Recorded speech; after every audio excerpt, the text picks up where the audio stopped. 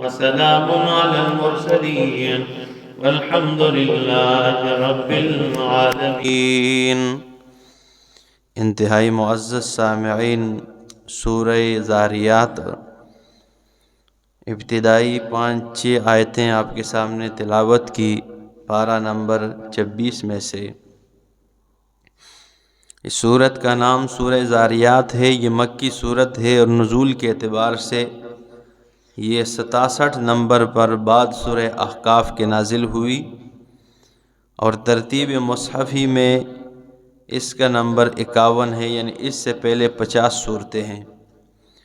گزشتہ صورت کے ساتھ یعنی سورت قاف کے ساتھ ربط اور تعلق یہ ہے کہ سورت قاف میں اس بات قیامت کیا تو اس صورت میں اس پر مزید ترقی ہے، اور اسی طرح پہلی صورت کے آخر میں فرمایا فذکر بالقرآن من یخاف وعید، تو اس صورت میں آیت نمبر 55 میں فرمایا وذکر فإن الذکریٰ تنفع المؤمنین۔ اسی طرح پہلی صورت میں فرمایا والارض مددناہا، زمین کو ہم نے پھیلایا ہے، کشادہ کیا ہے، کھینچا ہے، تو اس صورت کے آیت 48 میں فرمایا والارض فرشناہا۔ اسی طرح پہلی صورت کی آیت 16 میں فرمایا وَلَقَدْ خَلَقْنَا الْإِنسَانَ، یعنی انسان کو ہم نے پیدا کیا، اللہ فرماتے ہیں۔ تو اس صورت کے آیت نمبر 56 میں فرمایا وَمَا خَلَقْتُ الْجِنَّ وَالْإِنسَ إِلَّا لِيَعْبُدُونَ۔ مطلب یہ کہ پہلی صورت میں تخلیق انسان کا ذکر ہوا، اور اس کے بعد آج سورہ ذاریات میں انسان کی پیدائش کے مقصد کا ذکر کیا جا رہا ہے کہ اس کو کس مقصد کے لیے پیدا کیا گیا ہے۔ اسی طرح پہلی صورت کی آیت 6 میں فرمایا وَالسَّمَاءَ بَنَيْنَاهَا، تو اس صورت یعنی صورت ذاریات کی آیت 7 میں فرمایا وَالسَّمَاءِ ذَاتِ الْحُبُكِ، اور قسم ہے اس آسمان کی جو ستاروں والا ہے۔ اس صورت کا دعویٰ ہے اثبات القیامت بالترقی علی ما سبقا، کہ قیامت کا اسباق پہلے سے زیادہ ترقی کے ساتھ۔ اللہ اکبر۔ آئیے جس فرمایا والذاریات ذروا، اور قسم ہے ان ہواؤں کی جو بکیرتی ہے اڑا کر، قسم ہے ان ہواؤں کی جو بکیرتی ہے اڑا کر، فالحاملات وقرا، قسم ہے ان ہواؤں کی جو اٹھانے والی ہیں بوجھ کو، فالجاریات یسرا، قسم ہے ان ہواؤں کی جو چلتی ہیں آسانی کے ساتھ، فالمقسمات امرا، اور قسم ہے ان ہواؤں کی جو تقسیم کرنے والی ہیں کام کو، ٹھیک ہے نا، تقسیم کرنے والی ہے، معاملے کو تقسیم کرنے والی ہے۔ یہ قسمیں اللہ نے 4 اٹھا کے فرمایا انما توعدون لصادقون، بے شک تمہارے ساتھ جس چیز کا وعدہ کیا گیا ہے وہ سچا ہے، وَإِنَّ الدِّينَ لَوَاقِعٌ، اور بے شک قیامت اور حساب و کتاب کا دن واقع ہونے والا ہے۔ دیکھیں نا، 4 قسمیں اٹھا کے اللہ فرمائے ہواؤں کی۔ اب آپ کا ذہن میں اگر سوال آپ کے ذہن میں آئے کہ یہ قسم اور جواب قسم کا جوڑ کیا ہے، ثابت تو اللہ نے قیامت کو کیا ہے، ثابت تو قیامت مرنے کے بعد اٹھنے کو کیا ہے، لیکن ہواؤں کی قسم کا کوئی جوڑ نہیں بنتا ہے۔ تو جوڑ یہ بنتا ہے کہ اللہ فرماتے ہیں جس طرح ہوائیں اٹھ چلتی ہیں اور ذرات اڑاتی ہیں اور ذرات ہوا پھر بکیر دیتی ہیں، اسی طرح ہوائیں وہ بادلوں کو اٹھاتی ہے، بوجھل ہو جاتی ہے، پھر تیز نہیں چلتی ہیں، آہستہ چلتی ہے، اور پھر جہاں پر جن لوگوں پر چاہے اللہ اسے برسا دیتا ہے۔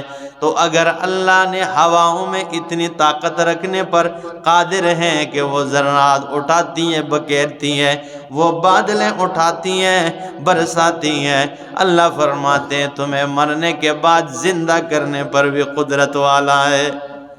اگر وہ اس پر قادر ہے تو تمہیں زندہ نہیں کر سکتا، ٹھیک ہے؟ تو اس لیے فرمایا والذاریات ذروا، قسم ہے ان ہواؤں کی جو بکیرتی ہیں اڑا کر، فالحاملات وقرا، قسم ہے ان ہواؤں کی جو اٹھانے والی ہے بوجھ کو، فالجاریات یسرا، قسم ہے ان ہواؤں کی جو چلتی ہے آسانی سے، فالمقسمات امرا، قسم ہے ان ہواؤں کی جو تقسیم کرنے والی ہے معاملے کو۔ انما توعدون لصادق، بے شک تمہارے ساتھ جو وعدہ کیا گیا ہے وہ سچا ہے کہ قیامت آئے گی۔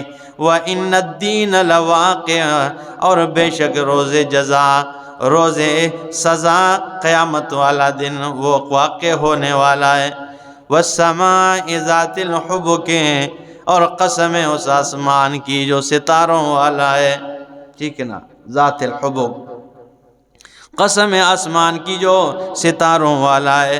اور انکم لفی قول مختلف، تم جو ہے مختلف بات میں ہو، تم اس نبی کے بارے میں مختلف بات میں ہو، کوئی کہتے ہیں شاعر ہیں، تو کوئی کہتے ہیں نعوذ باللہ مجنون ہے، تو کوئی کہتے ہیں دیوانہ ہے، یا تم قیامت کے بارے میں مختلف بات میں پنسے ہوئے ہو، تمہارا کوئی ایک رخ ہی نہیں ہے۔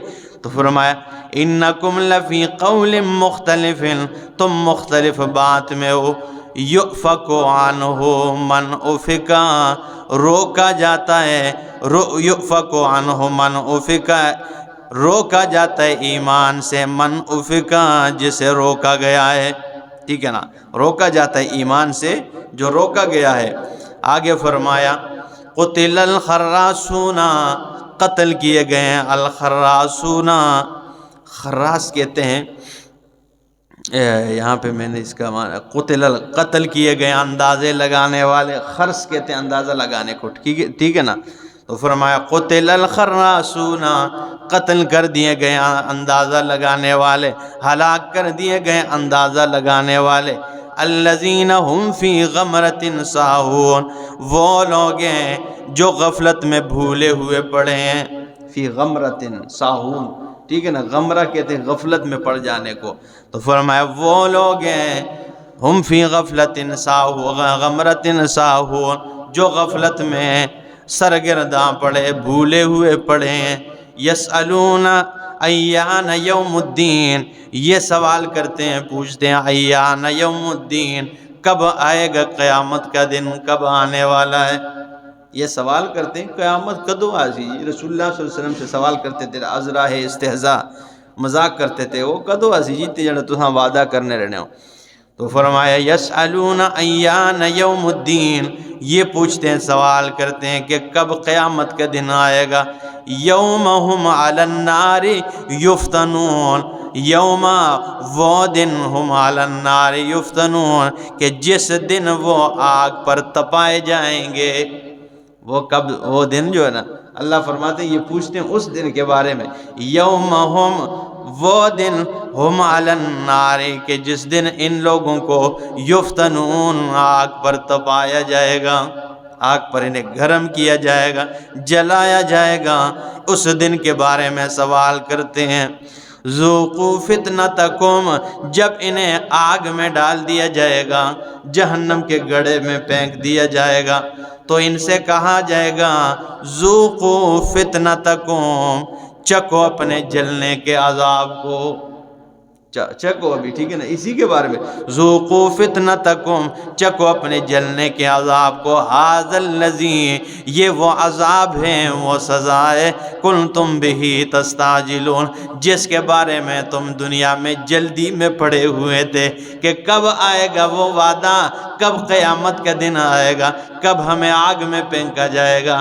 نبی علیہ السلام سے سوال کرتے، اللہ فرماتے ہیں جب انہیں ڈال دیا جائے گا، ان سے کہا جائے گا چکو اپنے عذاب کو، یہ وہ عذاب ہے جس کے بارے قیامت دنیا میں تمہیں جلدی میں پڑے ہوئے تھے، جلدی مانگ رہے تھے، چکو ابھی، ٹھیک ہے نا، تستعجلون۔ ان المتقین فی جنات، یہ نہیں ہو سکتا ہے کہ جہنمیوں کی بات ہو ساتھ جنتیوں کے تذکرے نہ ہو، موحدین کے تذکرے نہ ہو۔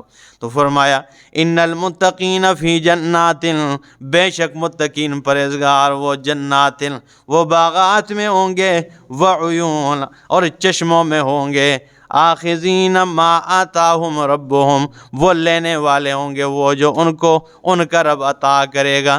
انہم کانوا قبل ذالک محسنین، اللہ فرماتے انہم، بے شک یہ لوگ، کانوا قبل ذالک، تھے اس سے پہلے، محسنین، وہ کیا کرنے والے تھے؟ اے موحدین، موحد تھے۔ خیر بجلی گئی اسی، ٹھیک ہے نا، ٹھیک ہے جی، کوئی مسئلہ نہیں۔ تو فرمایا آخذین ما آتاہم ربہم، لینے والے ہوں گے جنت میں جو ان کا رب ان کو دے گا۔ انہم کانوا قبل ذالک محسنین، یہ جنت ان کو اس لیے دی ہے کہ وہ اس جنت میں آنے سے پہلے محسنین، موحدین تھے۔ جتنی بھی تفسیریں آپ دیکھ لیں، چیک کر لینا، اس میں معنی کیا ہے؟ محسنین اے موحدین، یہ توحید پر چلنے والے تھے، اس لیے آج جنت میں داخل ہو گئے، ٹھیک ہے نا۔ تو فرمایا کانوا قلیلا من اللیل، تھے وہ تھوڑے سے رات میں، ما یہجعون، جو وہ سو رہے تھے۔ اندازہ لگائیں آج کل کی راتوں میں تو نیند کتنی پوری ہو جاتی ہے، 10 بار بندہ اٹھتا ہے اور پھر سوتا ہے، ٹھیک ہے نا۔ تو ان راتوں میں بھی اگر تہجد قضا ہو جائے، ٹھیک ہے نا، کسی سے، یہ تو بڑی بدبختی ہے جی۔ تو فرمایا کانوا قلیلا من اللیل، یہ جنت میں آنے والوں کی خاصیت کیا ہے، خصوصیت کیا ہے؟ یہ جنت میں آ گئے، کانوا تھے یہ، سب سے پہلے تو توحید کی بات کی ہے کہ یہ اس سے پہلے کیا تھے؟ موحدین تھے، محسنین۔